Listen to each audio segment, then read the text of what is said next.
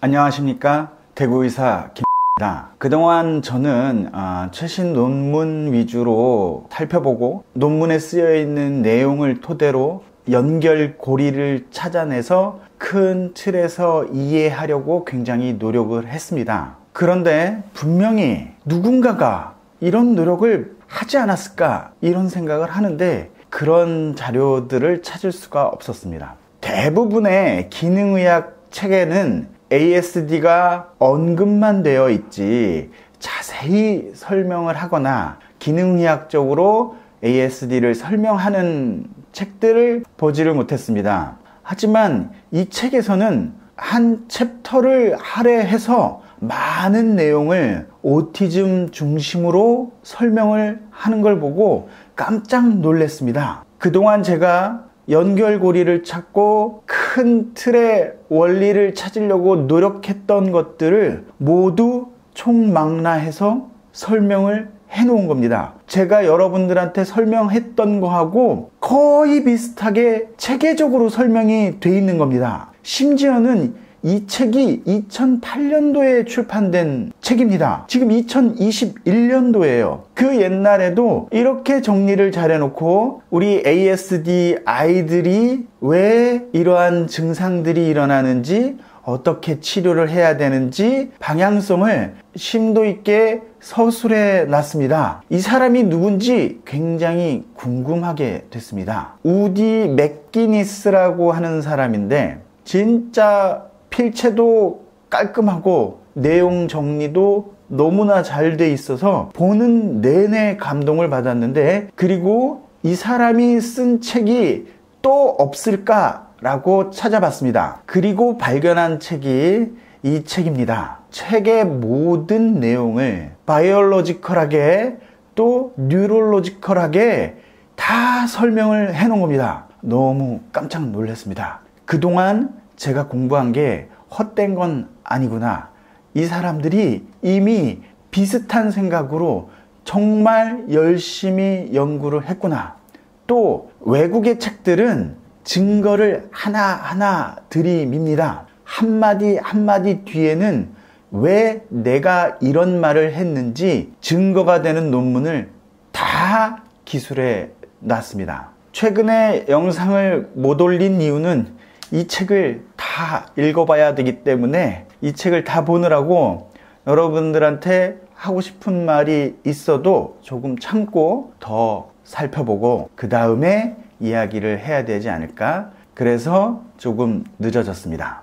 이 방대한 내용을 다 설명드리기는 어렵지만 큰 틀을 먼저 이해하는 게 굉장히 중요합니다. 큰 틀을 이해하지 않으면 아무 소용이 없습니다. 부모들이 이해하고 부모들이 이러한 틀에서 치료를 해 나가야 되겠구나 라는 확신을 가지게 하기가 너무 어렵습니다. 저 또한 많은 논문을 보고 과학적으로 객관적으로 치료를 계속해 나가려 하더라도 매우 불안합니다. 그렇기 때문에 자꾸 자료를 찾아볼 수밖에 없는 겁니다. 제가 이 책을 읽고 든 생각은 우리가 해 나가고 있는 치료가 헛된 게 아니라 매우 효과적이라고 생각이 들었고, 또 한 가지는 치료 성과를 좀 더 앞을 내다보고 더 치료 효과가 좋지 않을까라는 기대를 할 수 있게 됐습니다. 우리가 원하는 치료 효과는 지금 안 좋은 상태에서 완치까지의 치료를 목표로 했다 하면 지금 우리 아이의 상태는 이 상태입니다. 열심히 치료해 나가면 점점 치료 성과가 일어날 거고요.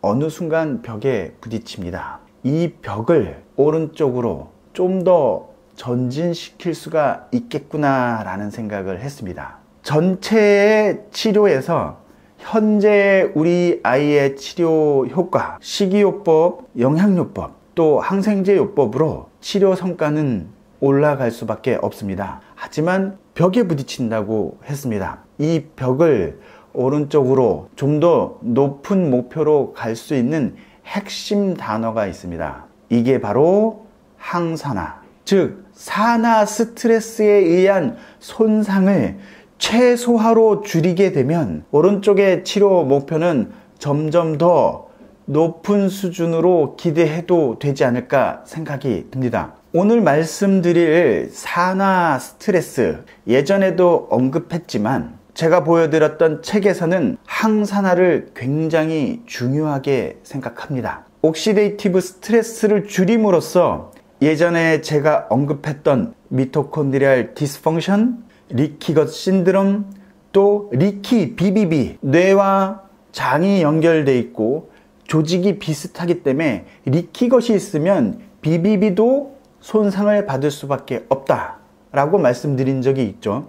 우리 몸의 대사에서의 엔자임의 역할, 이 모든 ASD 아이들이 갖고 있는 문제점들의 근본 원인이 무엇인가는 산화 스트레스입니다. 산화 스트레스를 막아야 우리가 치료 성과를 좀 더 높게 목표를 잡을 수가 있습니다. 산화 스트레스를 설명드리기 전에 ASD 아이들의 모든 증상은 뇌와 자율신경계에서 나온다. 즉 신경의 손상에서 나온다. 그리고 이 모든 신경의 손상의 가장 큰 마지막 괴물은 산화 스트레스입니다. 먼저 신경의 손상에 의해서 우리 아이들이 어떻게 증상이 나오는지 설명을 해드리도록 하겠습니다. 옷이 바뀌었죠. 네. 시간 내는 게 쉽진 않습니다. 명문장을 한번 보고 시작을 하겠습니다. 제가 홀딱 반한 명문장입니다. 우디 맥기니스가 써놓은 말인데 원문 그대로 한번 자세히 살펴보도록 하겠습니다. 우리는 이제 안다. 오티즘은 가스트로인테스티널 인플라메이션, 위장간의 염증, 뉴트리셔널 디피션시스, 영양의 부족, 멀티플 푸드 알러지스, 음식의 알러지, 인톨러런스, 불내성인 거죠.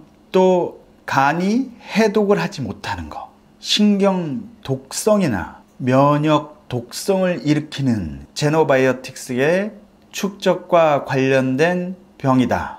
그러므로 오티즘은 행동장애가 아니라 위장관, 알러지, 면역적인 영향과 환경의 장애이고 행동과 인지를 못하는 것은 아주 복잡한 병태 생리학적인 증상일 뿐이다. 어떻게 이렇게 오티즘을 한마디로 정의할 수 있을까? 너무 감동을 받았습니다. 염증과 푸드 알러지와 신경을 손상시키는 독소가 간에서 해독되지 못하는 것에 의한 증상일 뿐이라는 거죠. 우리 아이들이 눈 마주침이 없고 말을 못하고 인지를 못하고 애착이 없는 이 모든 게 우리 몸의 병태 생리학적인 이상에 의한 증상일 뿐이라는 거죠. 이 말은 우리 아이들의 몸속에 있는 이상 자체를 해결해야 하는 것이지 단순히 눈마주침을 올리기 위한 훈련, 말을 하기 위한 훈련이 주된 치료가 아니라는 것이죠. 그 증거들을 여러 면에서 제시하고 있습니다. 지금 보는 사진은 뇌의 각각의 위치가 맡은 역할들이 있습니다. 이런 거를 브로드만 에이리어라고 하는데 특히 브로드만 에이리어 44번 같은 경우는 말을 하는데 역할을 하고 22번 같은 경우에는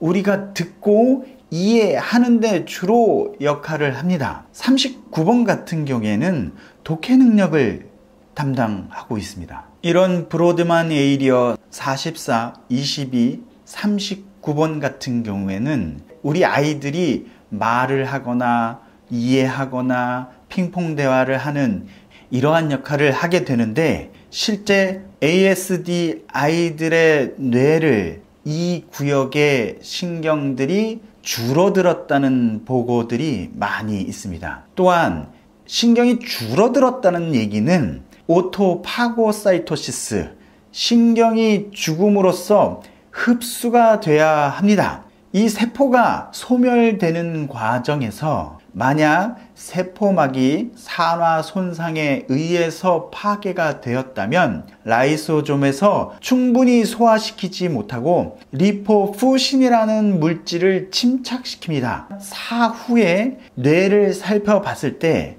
비정상적으로 세포가 소멸됐을 경우에는 이 리포푸신이라는 것이 침착될 수밖에 없습니다. ASD 아이들이 뇌가 발달되는 과정에서 특히 12개월, 24개월, 36개월 전후로 뇌의 발달이 증가되기도 하고 내려오기도 합니다. 또는 어떤 특정한 부위만 비정상적으로 발달되는 속도가 빠르기도 하고 손해라든지 이런 것들은 발달되는 속도가 떨어지거나 세포가 소멸되는 현상이 발견된다는 것입니다. 우리 아이들이 12개월에서 18개월 사이에 정상 발달을 하다가 퇴행을 하는 경우를 많이 발견하게 됩니다. 이 논문들에서 말하는 내용하고 정확하게 일치합니다. 많은 논문들에서 Early Infant,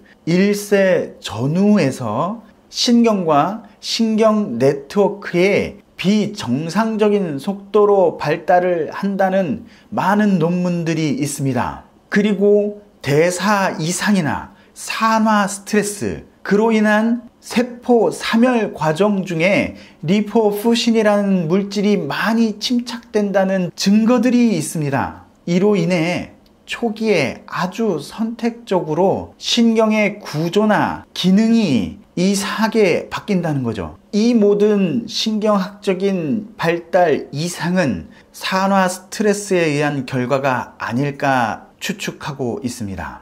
또한 베타 아밀로이드 전구 단백질이라고 하는 것도 뇌에 많이 침착된다는 것이 발견되고 있습니다. 이것도 산화 스트레스와 연관이 있습니다. 아까 보여드렸던 사진처럼 브로카 에리어 22번, 44번, 39번 이런 것들이 언어와 관련이 되고 있고 산화 스트레스에 의해서 발달의 속도의 차이에 의해서 비정상적인 발달에 의해서 신경들이 소통하지 못하는 현상 때문에 말을 못하고 소통을 하지 못하는 결과가 생긴다는 것입니다. 또한 에리어 17번은 얼굴의 표정을 담당하게 됩니다. 우리 아이들이 얼굴로 다양한 표현을 하지 못하고 무표정한 상태로 있는 경우가 많은데 이것도 뇌의 영향입니다. 우리 아이들이 애착을 갖지 못하고 사회적인 커뮤니케이션을 못하고 다른 사람들한테 관심이 없는 것도 뇌의 문제입니다. 시상하부라고 하는 하이포살라무스라는 곳이 있습니다. 이곳이 피튜이터리 글랜드를 조정해서 다양한 호르몬을 분비하게 되는데 옥시토신이라는 호르몬이 잘 분비가 되지 않을 경우에는 애착을 갖지를 못합니다. 엄마들이 모성애가 생기고 아이를 돌보고 아이를 내 목숨보다 소중하게 생각하는 행동들이 옥시토신이라는 호르몬에 의해서 생기게 됩니다. 사회적인 관심, 다른 사람에 대한 관심, 소통 또한 이 옥시토신 호르몬에 의해서 생깁니다. 결국 우리 아이들이 애착을 갖지 못하고 사회적인 소통을 하지 못하는 모든 원인들도 뇌에 있습니다. 감각과 운동 능력이 떨어지는 원인도 세레벨룸이라고 하는 손의 발달 속도가 느리고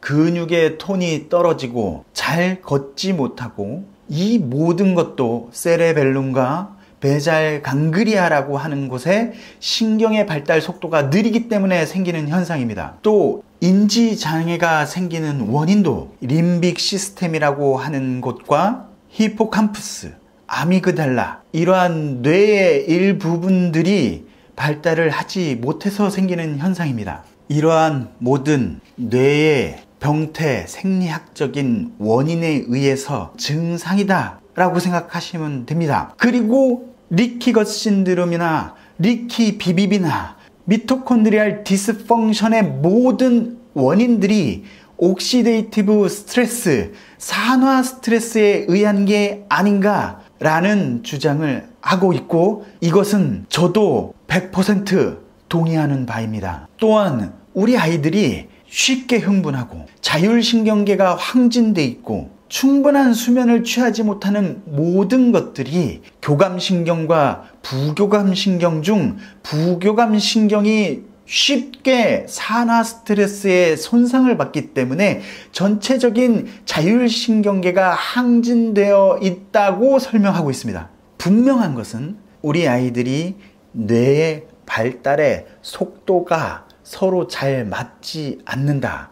그리고 우리 아이들이 말을 못하고 근육을 잘 못 쓰고 애착이 생기지 않고 인지를 잘 못하는 모든 것들이 뇌의 부분적인 발달의 불균형 상태에 의해서 생기는 현상이라는 것입니다. 그래서 저자들은 마지막에 강조한 것이 될 수 있으면 조기에 치료를 해야 된다는 것입니다. 또한 제가 그동안 강조했던 식이요법, 영양치료, 항생제 치료뿐만 아니라 항산화와 간의 해독을 도와줄 수 있는 글루타치온을 비롯한 항산화 물질들을 충분히 줄 수 있도록 주사치료를 해야 된다는 것입니다.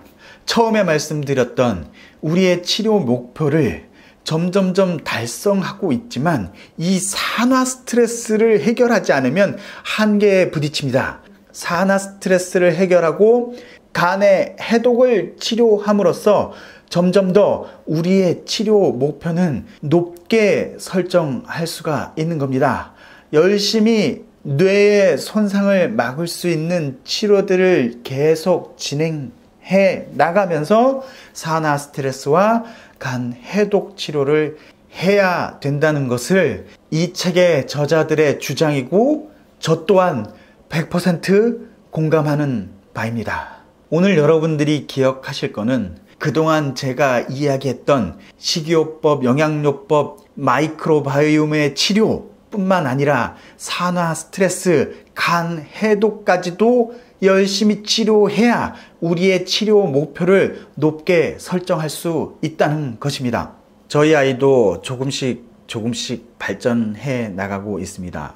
지금 발전한 것만으로도 저는 사실 너무너무 감사하고 행복합니다. 하지만 그동안 강력하게 주장하지 못한 것들이 이 책의 저자들은 매우 강조하고 있다는 것을 알았고 더 확신을 갖고 마음을 다잡는 계기가 됐습니다. 특히 여러분들의 아이들이 아직 어리다면, 다행히 미리 발견됐다면 최선을 다해서 아이의 병태 생리학적인 이상을 빨리 치료하는 것이 가장 급선무라고 생각합니다. 최근에는 병원에 찾아오셔서 같이 치료하는 경우가 많이 생겼습니다. 다행히 영상을 보시고 제가 알려드린 대로 그대로 따라 하시고 아이들이 눈 마주침이 달라지고 발달이 올라오는 것을 똑같이 경험하고 찾아오시는 경우도 많이 봤습니다. 어머니, 아버지가 매일같이 일기를 쓰고 언제 우리 아이에게 식이요법을 했고 무슨 약을 먹였고 무슨 영양제를 먹였고 아이는 어떠한 발전을 했으며 이 모든 것들을 헌신적으로 실행하고 적어 오시면 제가 그거를 보면서 속으로 눈물이 핑 돕니다. 제가 말씀드리는 것이 혹시나 혼란만 가중시키지 않을까, 수많은 넘쳐나는 정보 속에 부모와 아이를 괴롭히는 일이 아닐까라는 고민을 많이 했습니다. 다행히 제 영상을 보시고 철저하게 따라 하시고 병원에 찾아왔을 때는 정말 제가 할 이야기가 별로 없을 정도로 완벽한 생각을 가지고 오십니다. 그리고 실제로 많이 좋아지는 것을 목격을 했습니다. 저 또한 우리 아이가 점점점 발전돼 나가는 모습을 보지만 자꾸 목표를 한 단계 한 단계 올리려고 합니다. 그 한 단계 한 단계 올리는 핵심은 산화 스트레스의 제거와 간 해독에 있다고 생각합니다. 오늘은 여기까지 공부하고 다음 시간에 또 공부하도록 하겠습니다. 뭐해? 치카치카해? 치카치카? 진짜 할 줄 아는 거야? 어? 치카치카치카. 치카치카. 어떻게 하는 거야? 어떻게 하는 거야? 아, 그렇게 하는 거야? 치카치카 하고 있어. 이야. 아빠 처음 본다. 근데 먹는 건 아니야. 뱉어야 돼. 응? 어떻게 뱉어? 붙었어. 치카치카치카. 치카치카. 뭐, 선풍기? 치카치카치카. 뭐? 아, 웃긴다. 물 헹궈. 물 헹궈. 그렇지. 뱉어야지. 그렇지. 뱉어. 이제 뱉어. 뱉을 줄 알아? 어?